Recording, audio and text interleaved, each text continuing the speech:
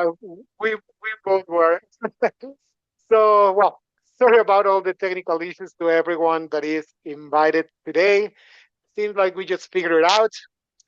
So, I want to be starting with the presentation, Tom, while you get everything ready. I'm ready. So, with no delays, we're going to be starting. Thank you, everyone. Welcome to another HOA Simplified weekly webinar series. Um, I really want to thank everyone for staying with us, although we have some difficulties at the beginning. So, this session, we know that managing and living in a homeowners association comes with unique challenges, which is why every week we sit down to break down practical day to day issues to give you the knowledge you need to keep your community safe, compliant, and thriving.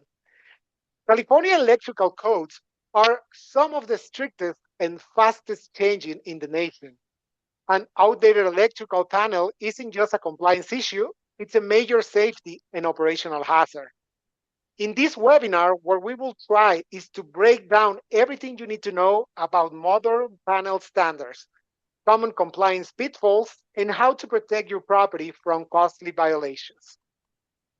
Today's session is proudly hosted by our friends at the Tradesman Electric, California's premier choice for expert electrical services, known for their precision, reliability, and deep industry knowledge. Founded in 1991 by our guest today, Tom Sheltra, with a straightforward concept for the contracting industry. Always arrive on time, always stay on budget. Beyond the business, Tom is a founder and president of multiple nonprofit ministries. A portion of every dollar that the Tradesman Electric brings in goes towards building churches and schools in Africa. His work has funded more than 22 churches and 2 schools to date. Tom has been married to his wife for over 30 years, and together they have 5 children. Please help me welcome the man who has spent the last 3+ decades ensuring California properties stay safe, efficient, and most importantly, up to code. Tom, welcome. How are you today? Good. How are you? Thanks for having me, Ivan. So one of the things we're going to be talking about are community electrical panel replacements. However, I want this to be an interactive session. So if you guys want to chime in at any point and ask questions, if there's something that I mentioned and you'd like to have some more information, feel free to interrupt me. I think there's a raise your hand function, if I'm not mistaken. But if you do that or somehow put some notes in there, then Ivan will stop me and then we can talk about that. Or if there's a way we can unmute them. Not sure how that works, but feel free to interrupt anytime as we're going through these. So the reason I picked this as the topic is we do a lot of community-wide panel replacements, and we're doing more and more the last year and a half. And we're going to get into why we're doing more of that. So if you're on this call, I imagine you have some interest in learning more about the electrical panel replacement. And if not, you're on the wrong call. We're going to have some fun and you're going to learn something about electrical panels. So just to go through kind of a brief overview, and then we're going to dig into it. These are some of the things that we're going to be talking about. We're going to be talking about the insurance crackdown of unsafe panels. So if you haven't gotten a call from your insurance agent, we're going to talk about that because they're on the move with that. Second thing is the types of panels that these carriers are flagging. And I'm going to try to explain a lot of this stuff as we're going through the individual points because most of this language and the stuff that we're going to be talking about, most people have very little to no knowledge about that, and that's okay. That's why the professionals exist, and I'm going to provide kind of a general overview. We'll dig into some of this stuff, but if you guys have any questions, feel free, whether you ask them now or at the end. We'll dig into some of that stuff, and then we're going to send you a follow-up recap of a PDF document, and then also give you the links to our website where we dig into a lot of these topics at tradesmanelectric.com on our blog site. So we have a whole section just for HOA members. Third thing is why boards should start the conversation now. And we'll get more into that about the conversation. And a lot of times HOA boards have no clue that they're even supposed to be having this conversation. Usually it's when the insurance broker calls them, then they know. But there's a reason to start this conversation now, and we'll get into that. Number 4, the real project timeline. What does it actually take for the timeline between the time you start discussing it to the time that panels are being installed, if you need those panels changed out? We're going to talk about that. Number 5, funding and phasing of the work. There's a lot of different options of the ways to fund these type of projects. And also we have different phasing options, and we'll get into that. It doesn't all have to be done immediately at once in most instances, but we'll cover that. Number 6, EV charging and the future capacity. So we will dip into this whole EV charging conversation, when to do it, how to do it, some different aspects of that, because that's another big hot topic, and it involves panels, the electrical panels with the meters on it. It does involve those panels, and it's a big conversation going on now, and people are starting to pull the triggers for all of the electric vehicles. And so that's a conversation worth digging into.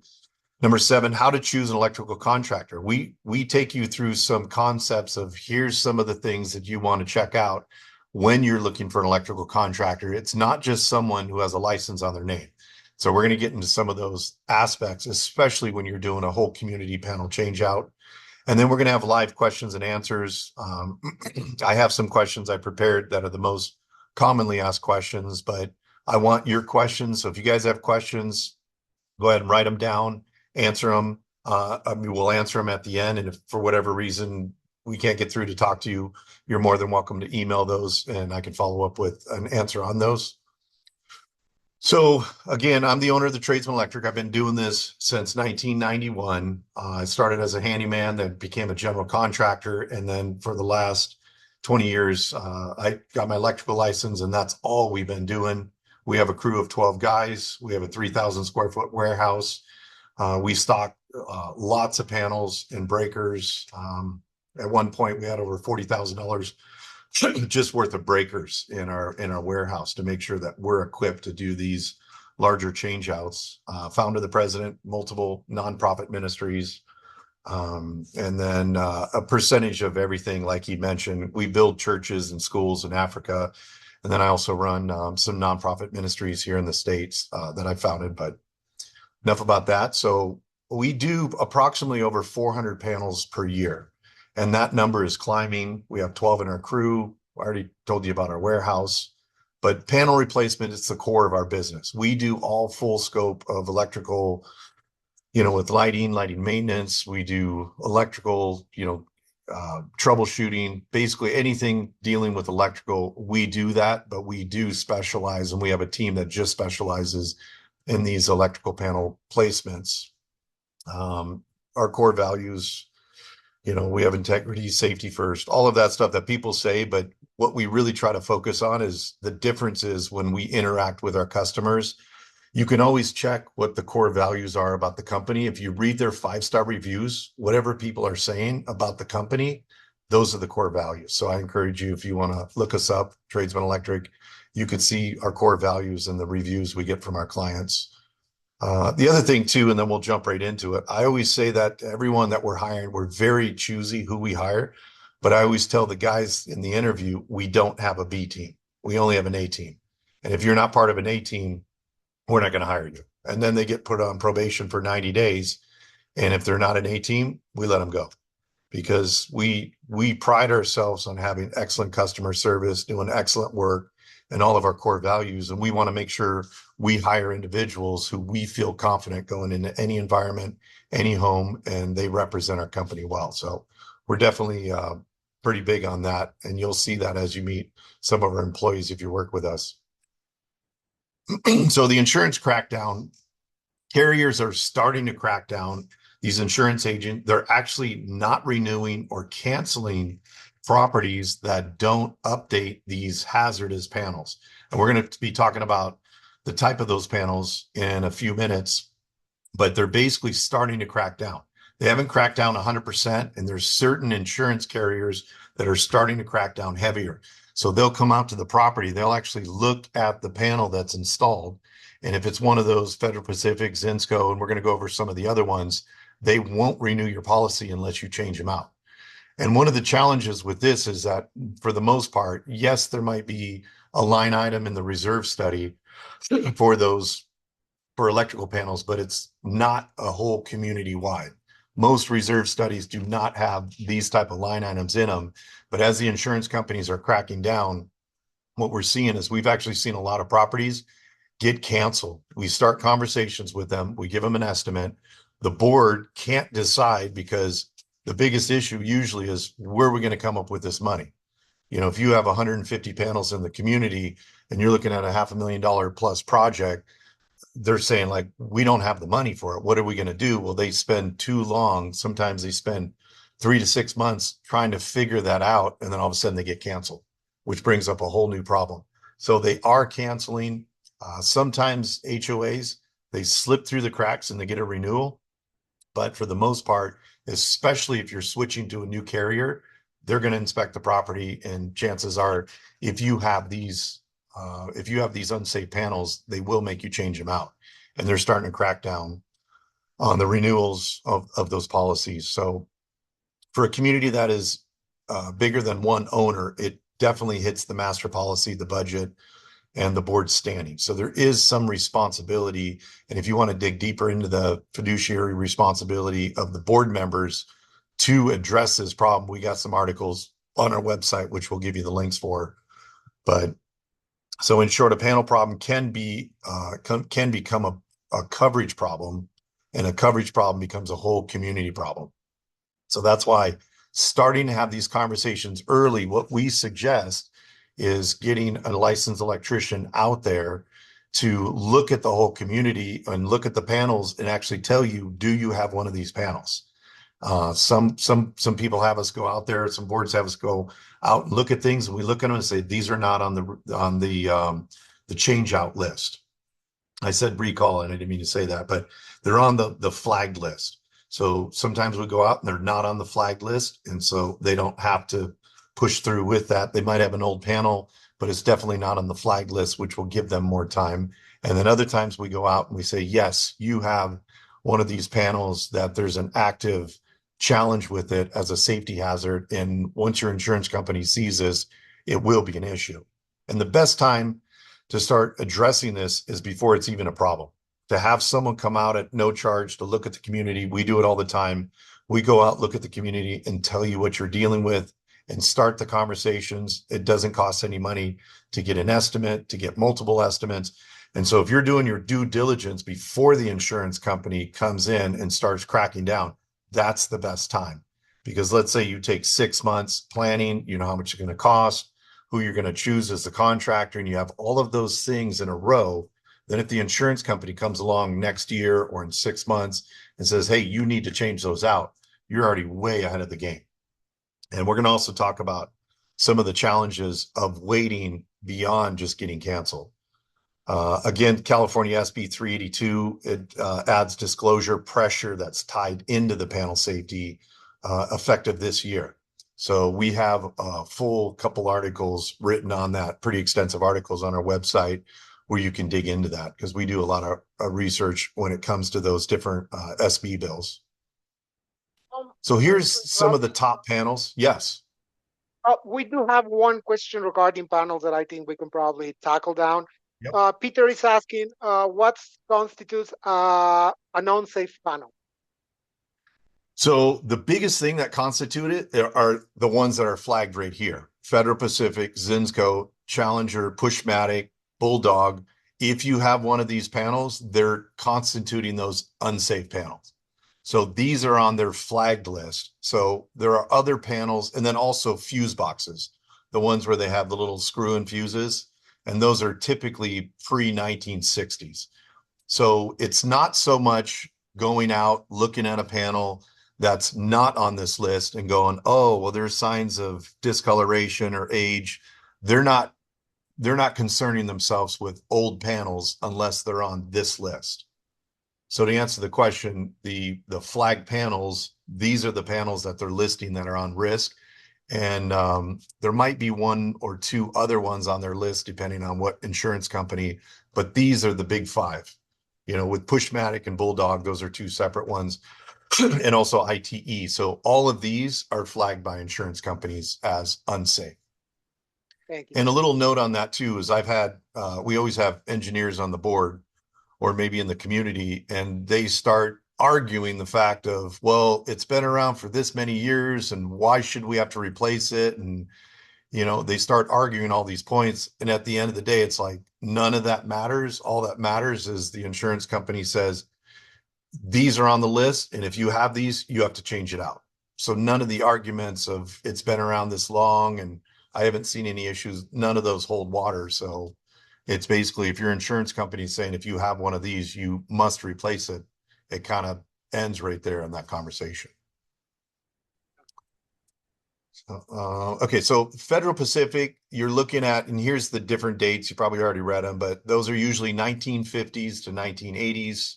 The Zinsco 50s to 70s, the Challengers 70s to 90s, and then the Pushmatic. Those are the ones where you go and you push in and push out the buttons. And those go all the way up to the 1980s. And then obviously the screw in fuses like your grandpa used to have. And when it would blow out, you put a penny in there and screw it back in. At least that's what my grandpa did. These are all on the flag list.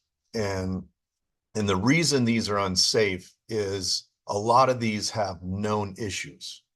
Some of the Federal Pacific and Zinsco, under a tested load, 80% of the time they won't trip with a serious fault. So breakers are meant, if you have a 15 amp breaker, a 20 amp breaker, it's meant to trip if that amperage goes over that 15 or over the 20. It should trip, because if it doesn't, then you're going to have melting, and that's how fires start. So that's kind of some of the issues behind the issue and the safety concerns. So even though it doesn't matter to the insurance companies, it's still important to understand why these are unsafe and what it could mean for the safety of the community. And the biggest one is the not tripping. So these panels won't trip when they're under load a lot of the times, or they trip prematurely and they just keep tripping off, which is more of a nuisance. But when they don't trip, so what happens is, back in the day when these panels were out, there was very little electrical consumption compared to what we have today. And just an example of that, if you look at hair dryers used to be 12 to 1500 watts. And although that number might not mean anything to you, just so you know, nowadays they're 1800 to 2000 watts. So if you have a 15 amp circuit with the little 15 on the breaker, the maximum wattage that can handle is 1800 watts. So back in the day when you plugged in your hair dryer, it wasn't an issue. But as hair dryers get hotter and they blow dry your hair faster, that's because they're higher wattage, they generate a higher heat, and they use more power.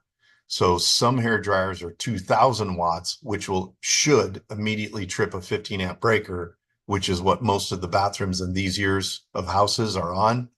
And that's a fire hazard, because if it doesn't trip and it's trying to pull 2000 watts when it's supposed to trip at 1800, then that's where you start seeing heating. And we pull out a lot of melted plugs where it doesn't trip and it just keeps melting it until it catches on fire.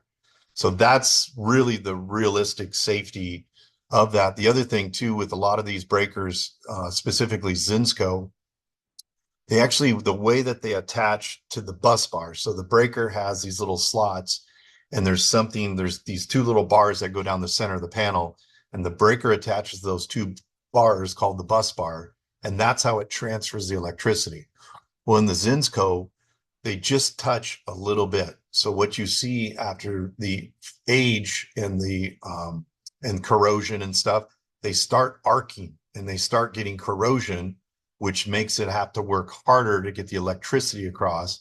And the harder it has to work, the more corrosion it makes and the more heat it produces, till it starts heating up to the point where it starts crackling. And then it starts crackling, and then it starts melting the breakers. And then that's when the fires happen.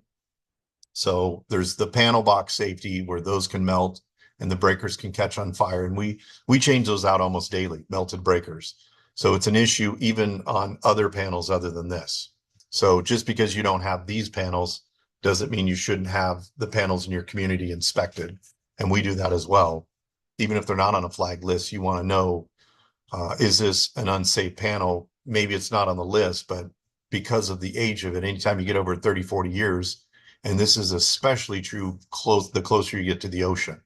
When you start moving to the ocean, now you have the salt air that starts corroding that bus bar, and the way it attaches to the breakers, you could have a panel that's 3 to 5 years old, and already it's going to start corroding and making that breaker work harder and eventually melt too. So, and also if you guys, we also go into detail about each one of these panels and why they're unsafe. So if you ever want to look on our website, on our blog site, on tradesmanelectric.com, we have more of those that we talk about.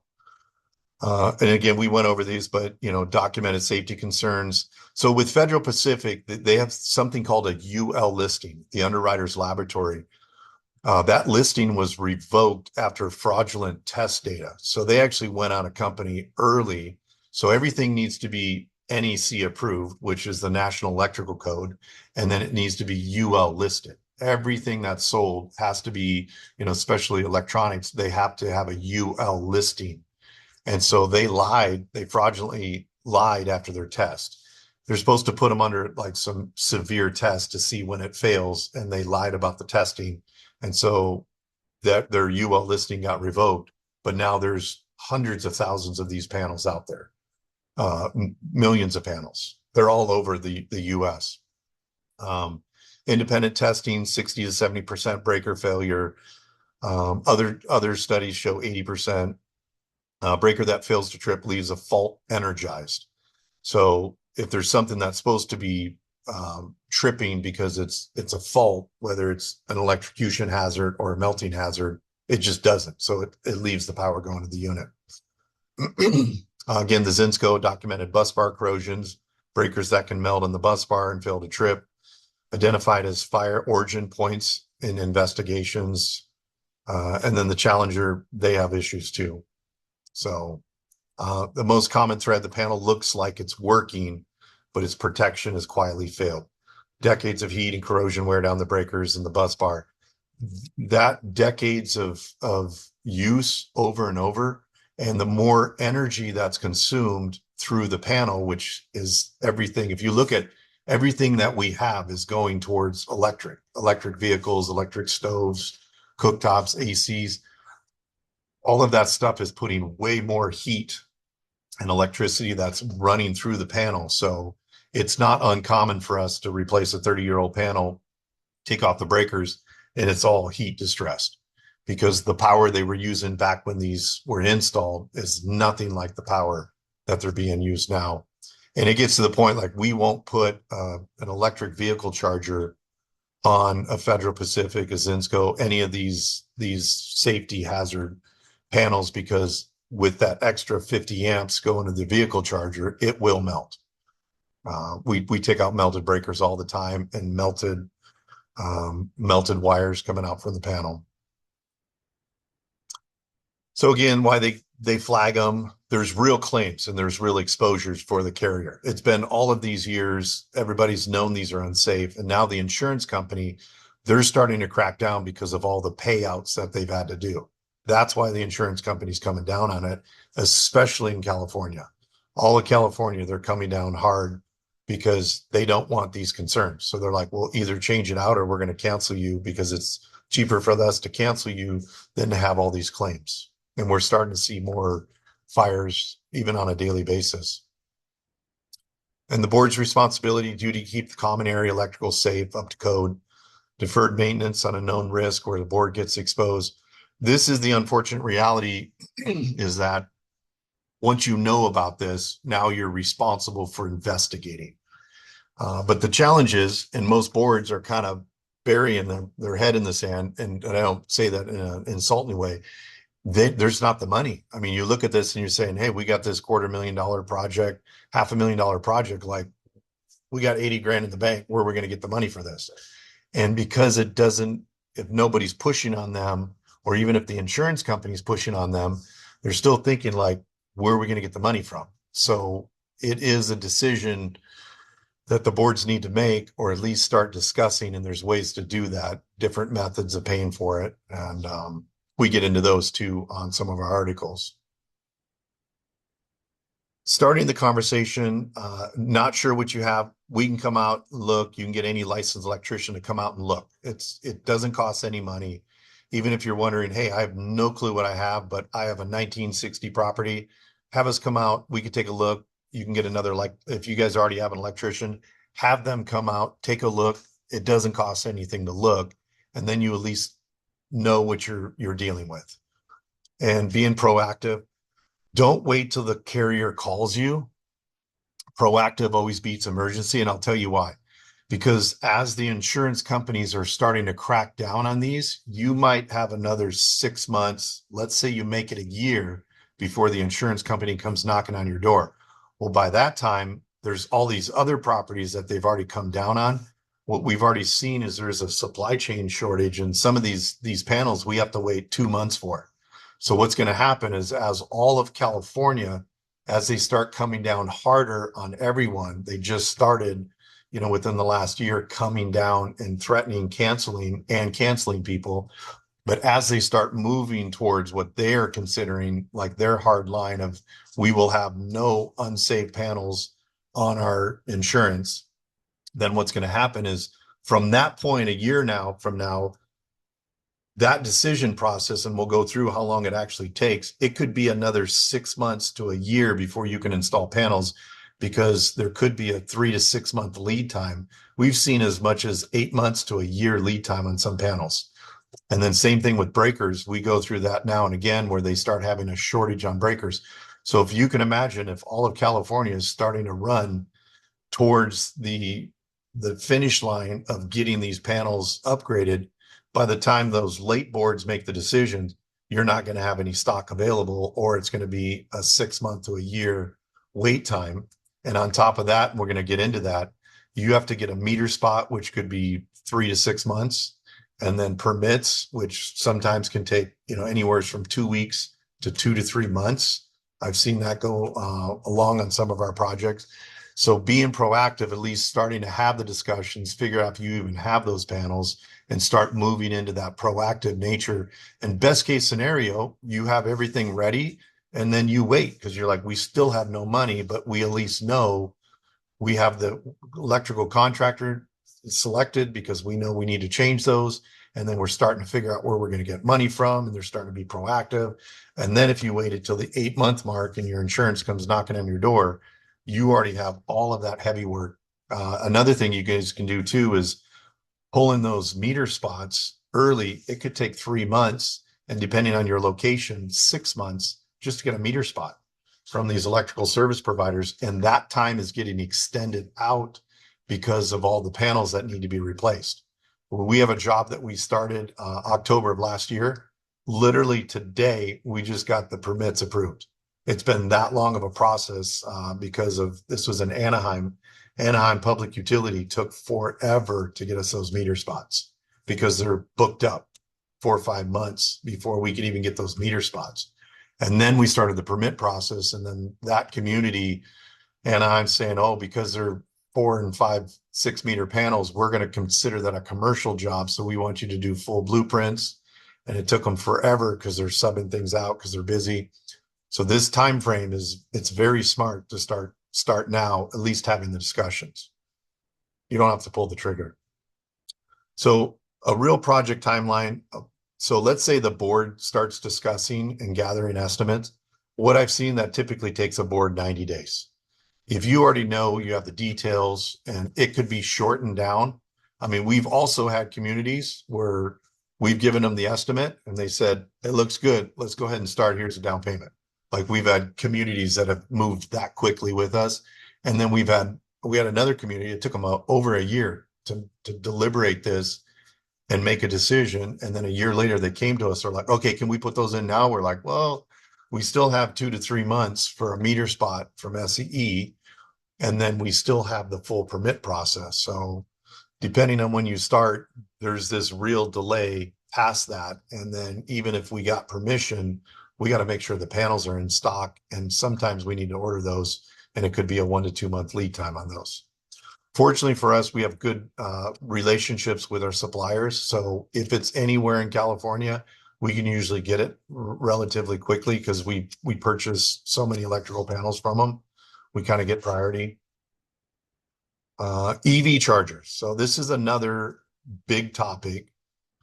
When we're changing out electrical panels, a lot of times in the community, you start getting people going, oh, well, if we're going to upgrade that, I want to put an EV charger in. Usually what we tell communities is not until we're done with the whole panel. And the reason why we do that is we had one community where they were trying to do some rebate program and they wanted to do it at the same time. We brought that up to SCE and Southern California Edison. But they said, well, if you're going to do that, then we need to assess the whole community. I said, never mind. We're not putting in EV chargers. Let's just proceed as planned. That would have thrown a 3 to 6 month monkey wrench in from something we were looking to start within 1 to 2 weeks. That would have put another 3 to 6 months on there because with those type of projects, they have to survey the whole community, figure out the transformer sizes, where the power is coming in from, how many people want EV chargers, and they have to do all of this engineering stuff, which takes forever. So usually when we're going through the community and people want to add EV chargers, we tell them not until we're done with the panels. Because then we get done with the panels, and if you have 3, 4, or 5 people going in to pull permits for those EV chargers, it's not a big deal. You start getting 20, 30 people in the community that says, we want EV chargers. At some point, they're going to pump the brakes and say, we need to stop because we need to figure out if there's enough power going into the community.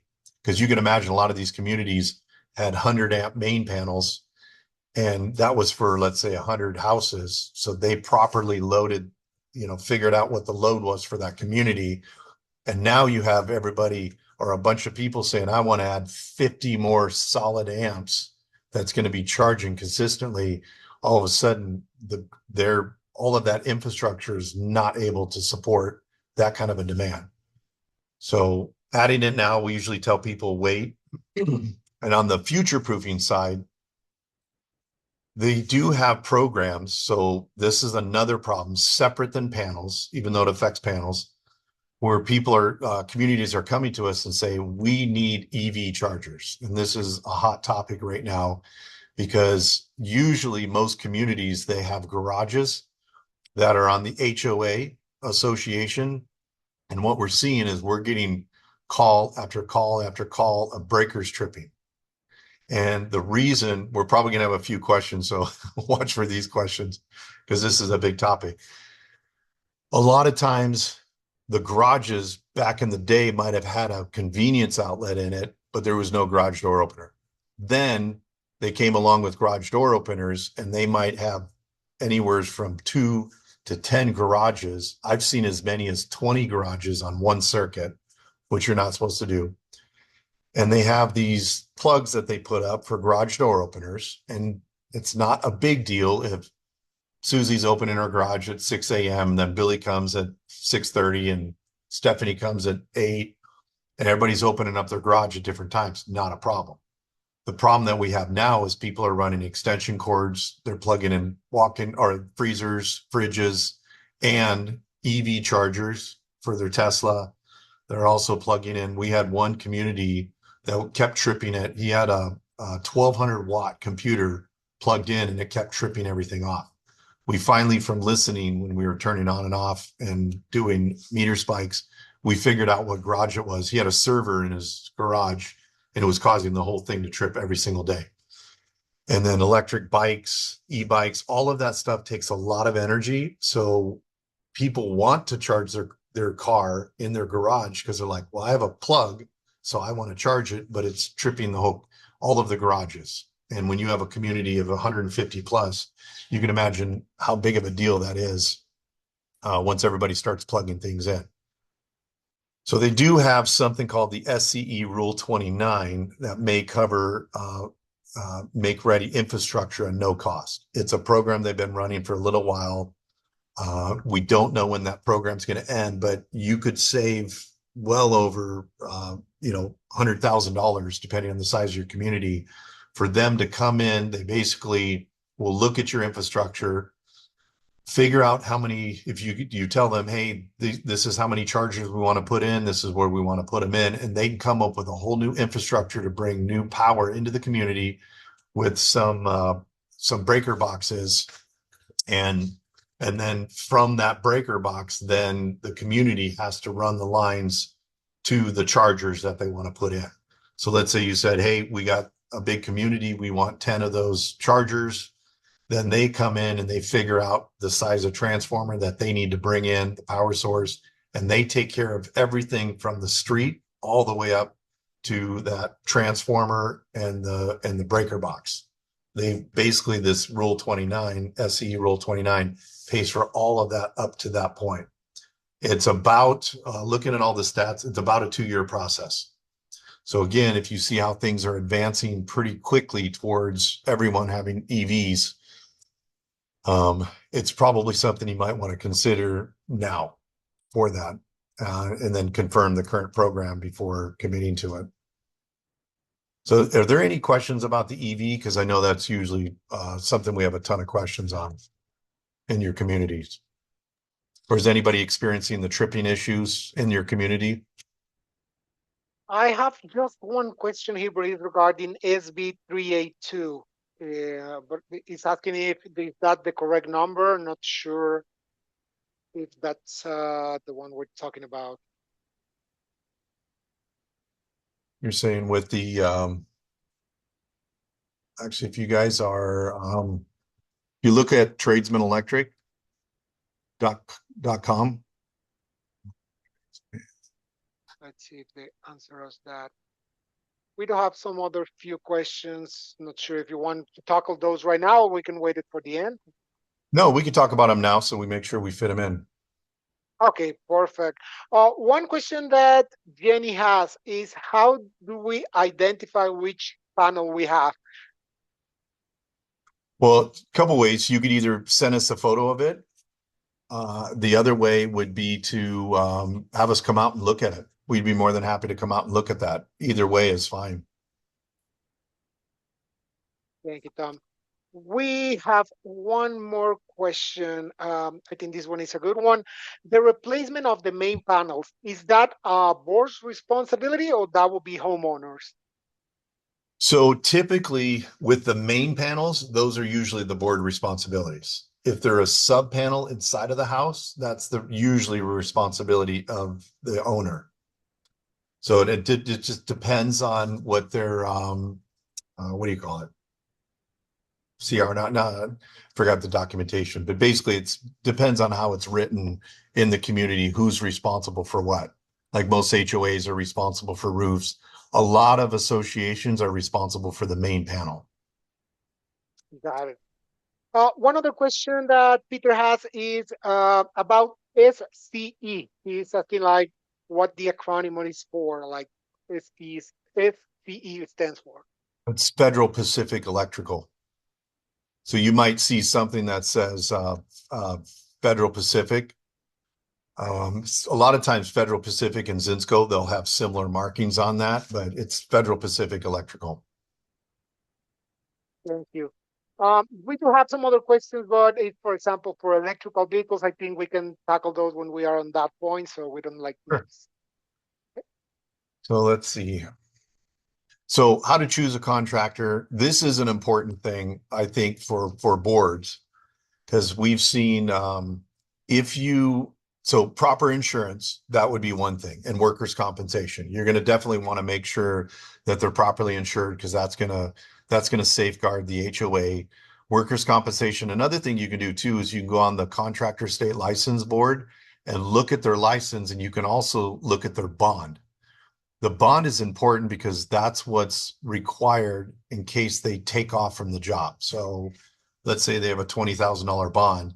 If you give them a $20,000 deposit and they take off and they disappear with your money, how you get paid is by attaching the bond. And even though on these big projects, that bond is not that big, at 20 grand, the most important thing is to make sure their bond is not already attached. I can't tell you how many customers I've had where they're like, oh my gosh, this last guy, he took off and he took my 7 grand, and I went to attach his bond and I noticed there was already 3 people that attached the bond. So it comes in order of, so if it's $20,000 bond and someone attaches it for 5,000, someone attaches it for 10,000, Another one comes and attaches for 5,000, the money's gone. Now you could still sue them in court, but that bond is important to make sure that there's no attachments onto that bond. So that's something you want to check out. The crew size and ability to hire and scale. It's important if you have, we've been bidding against other individuals. We had 146 panels for this community. And one of the guys that was bidding against us had two electricians. And I told him, I said, I know nothing about their company, but I can tell you this, a crew of two cannot handle a project of this size. I have two individuals in the office that pretty much full-time, all they do is handle the process between contacting the homeowners, trying to coordinate with the homeowners for going out and tracing circuits, pulling meter spots, following up with SCE, and then also with permits, being able to check on those. And the thing is, there's a lot of babysitting that happens in the background. You can't just request a meter spot and say, okay, let me know when it's done. Every week, multiple times per week, you have to check on that. Hey, just wanted to see how the process is going. We have one job, and we've had it's a decent sized job, and it's pretty involved with it was just a 6 meter panel, but it turned into this massive thing, and it's taken over 14 months, and we keep following up with SCE. We've actually gone over to the location. Hey, we can't get a hold of anyone. And so depending on the planner, and we contact the managers, it could be a nightmare, but you need someone following up with SCE, with the permit counter, and the homeowners, and just the job management. We use something called Monday.com that tracks everything. When we get the permits, what we have, all the documentation. So we save documentation pretty much forever.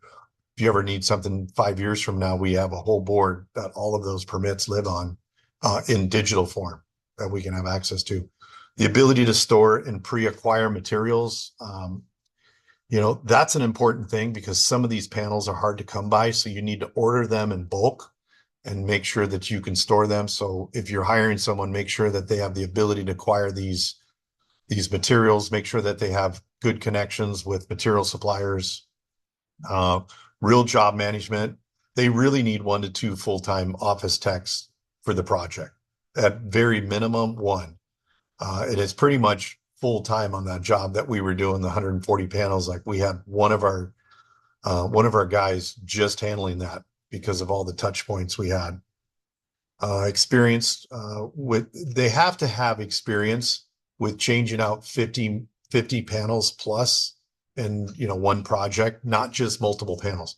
And that's the thing. There's guys that have an electrical contracting license, and yes, they're licensed to change out panels, but is that their specialty? You want to find that out. And then how many communities have they done over 50 panels, and get referrals from those property managers and HOA board members if you can.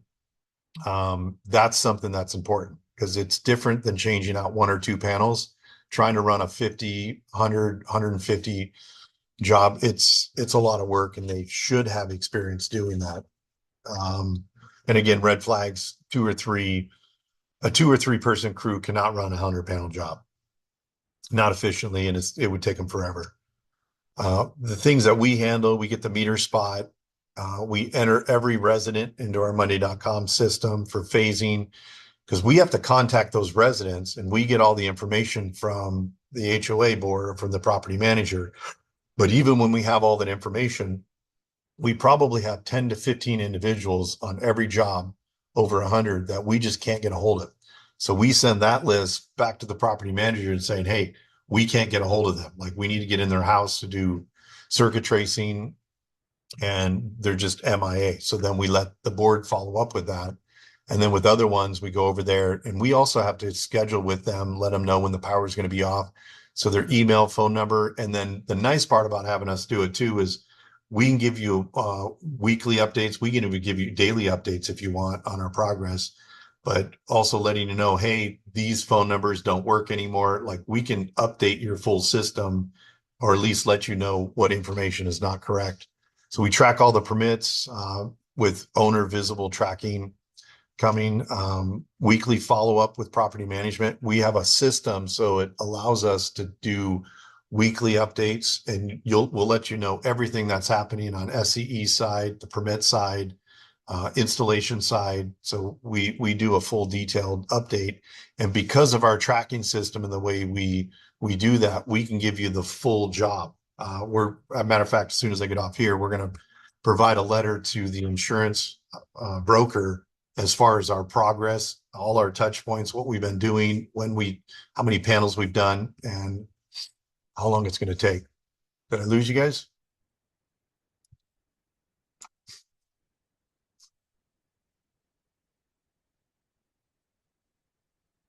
Are you still there? Yeah, I don't know what happened. I think we lost you for a second. Oh, is everybody still there? Okay, Yeah, we have all attendees here. Yeah, sorry, but I don't perfect. know what happened there. Yeah, Perfect. So, and then homeowner scheduling, circuit tracing, shut off notices. Let's see. Why don't we see if there's anything?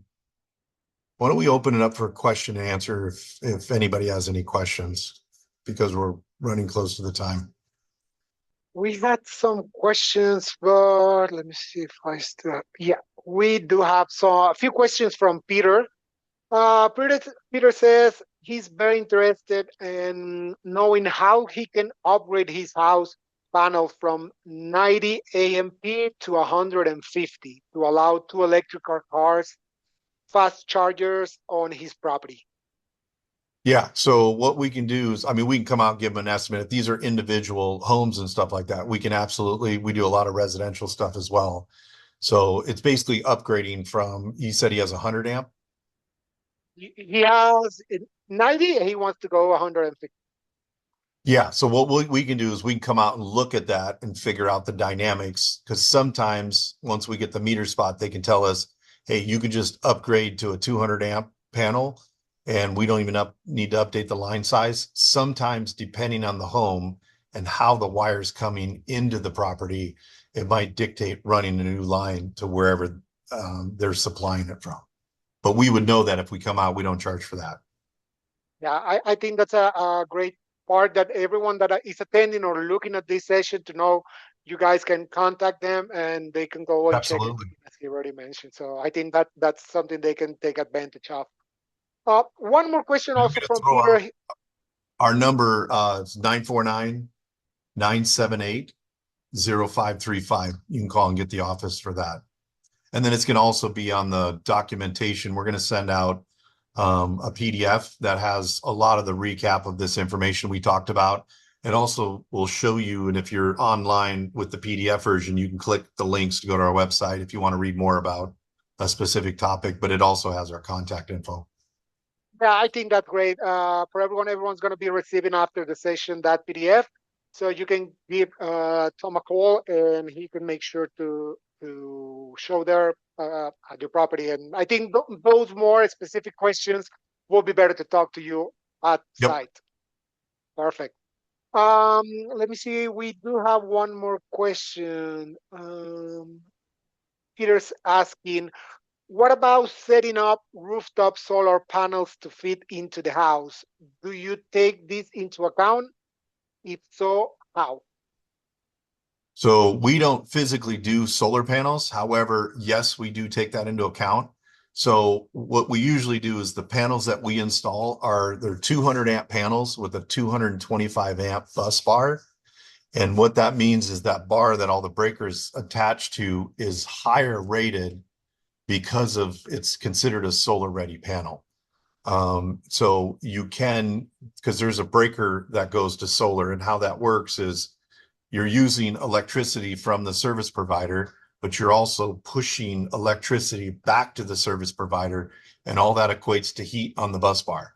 And so even though you're not consuming power, you're still transferring power. So that's why having the bus bar rated higher than the panel is what makes it solar ready. So yes, we do take that into account. And we usually ask those questions with the panel. Um, with smaller panels and you want solar, what they do is they make you downgrade your main breaker so that it's less, so that your bus bar can handle the rest of it.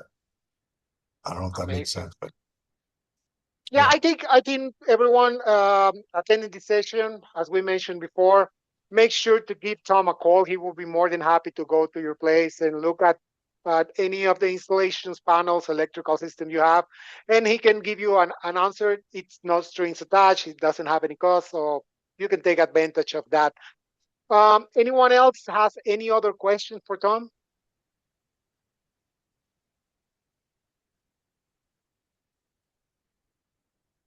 I think this has been a really great session, Tom. No one has any more questions. Awesome. Yeah, and you guys are welcome to email us if you have any questions specifically. My email address is tom at then the name of our company, the tradesmanelectric.com. And so you'll see it, our URLs on the thing where it's tradesmanelectric.com. It's so mine is tom at the tradesmanelectric.com. So even if you just have questions, you're welcome to ask me. I'm not the one answering the phones. I run the company, but our guys can help you. And if you have a specific question for me, they can put you in touch with me. So It's amazing. Thank you so much for your time, Tom. I don't know if there's any other thing that you would like to cover before we close the session.